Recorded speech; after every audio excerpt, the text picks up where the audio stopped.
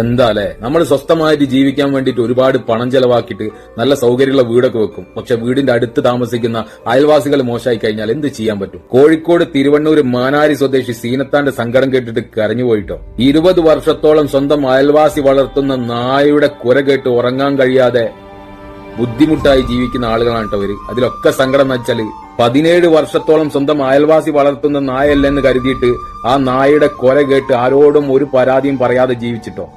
പക്ഷെ ഈ കഴിഞ്ഞ 3 വർഷം സീനത്താന്റെ ഭർത്താവ് ക്യാൻസർ ബാധിച്ചിട്ട് കീമോ ചെയ്തിട്ട് തളർന്ന് ഈ നായ കാരണം ഒന്ന് ഉറങ്ങാൻ പോലും കഴിയാതെ മരണപ്പെടുക ചെയ്ത്. നിങ്ങൾ നോക്കി, അയൽവാസി ചെയ്ത പണി എന്താ വെച്ചാല് സീനത്താന്റെ റൂമിന്റെ തൊട്ടടുത്ത മതില്, ആ മതിലിനോട് ചാരിക്കൊണ്ടാണ് നായക്കൂട് നിർമ്മിച്ചത്. വീട്ടിലൊക്കെ ആയതെങ്കിലും അതിഥികൾ അറിയാതെ വന്നു കഴിഞ്ഞാൽ ആ നായയുടെ കൊര കേട്ട് കഴിഞ്ഞാൽ അറിയാതെ ഒന്ന് തുള്ളിപ്പോവും.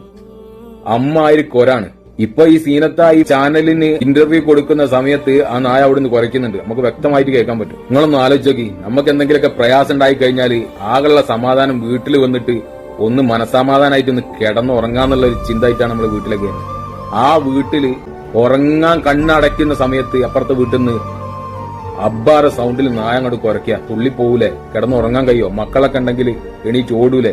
ഒരു മനുഷ്യന് ഉറക്കില്ലാതെ എങ്ങനെ ജീവിക്കും? അയൽവാസി ബന്ധത്തിന് അത്രത്തോളം വില കൽപ്പിച്ചത് കൊണ്ടാണ് ആ ഒരു കുടുംബം ഇത്രയും കാലം ആ നീച പ്രവൃത്തി സഹിച്ചു നിന്നത്. അതേ സ്ഥാനത്ത് ആ നായിനെ വളർത്തുന്ന നായിനെ പോലത്തെ ഒരു ആ നായിനെ വളർത്തുന്നത് പോലത്തെ ഒരു കുടുംബമാണ് സീനത്താന്റെ സ്ഥാനത്ത് വീട് വെച്ച് താമസിക്കുന്നത് എങ്കിൽ 20 കൊല്ലം പോയിട്ട് ഒരു കൊല്ലം ആ നായ ആ കൊര കുറയ്ക്കുവോ? എന്തൊക്കെ കുറുക്കു വഴികളുണ്ട്! ഇതൊന്നും സ്വീകരിക്കാതെ സ്വന്തം അയൽവാസിയെ പരിഗണിച്ചുകൊണ്ട് ഇത്രയും കാലം സഹിച്ച് ജീവിച്ചിട്ടും അയൽവാസി ചെയ്ത ചെയ്തു നോക്കി നിങ്ങൾ. ആ സീനത്ത പറയണമെന്ന് കേട്ടു നോക്കി.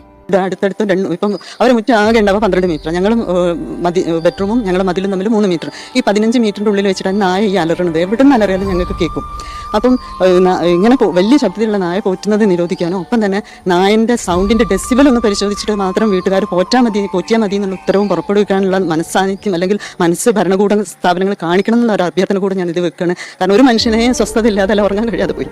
ഇനി ഇങ്ങനെ അനുഭവിക്കുന്ന ഒരാൾക്കും ഈ ഗതി വരരുത്. അതുകൊണ്ട് ഇനി ഏതെങ്കിലും വീട്ടുകാർ നായനെ പോറ്റുന്നുണ്ടെങ്കിൽ സൗണ്ട് ഡെസിബൽ പരിശോധിച്ചിട്ട് ഒരു മനുഷ്യന്റെ അല്ലെങ്കിൽ ഒരു രോഗിയുടെ, ഒരു വയസ്സായ ആളുടെ, ഒരു കുട്ടികളെ ശരീരത്തിനും ചെവിക്കും താങ്ങാൻ പറ്റുന്നതാണോ, പിന്നെ എത്രത്തോളം തുടർച്ചയായ കൊര നമ്മളെ ബ്രെയിനിനും മനസ്സിനും ബാധിക്കും എന്നൊക്കെ പരിശോധിച്ച ശേഷം അനുമതി കൊടുത്താൽ മതി എന്നുള്ള അഭ്യർത്ഥന കൂടെ ഞാൻ വെക്കണം.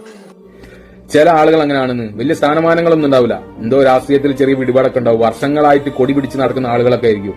പക്ഷേ മറ്റുള്ള ആളുകൾക്ക് ഉണ്ടാക്കിയ ഉപദ്രവം എന്ന് പറഞ്ഞു കഴിഞ്ഞാൽ എത്രത്തോളം അറിയും. എത്ര പിടിപാടുള്ള ആളായിക്കോട്ടെ, എത്ര വലിയ നേതാവായിക്കോട്ടെ, ഒരു മനുഷ്യന് നിങ്ങൾ കാരണത്താൽ ദുഃഖം പേറി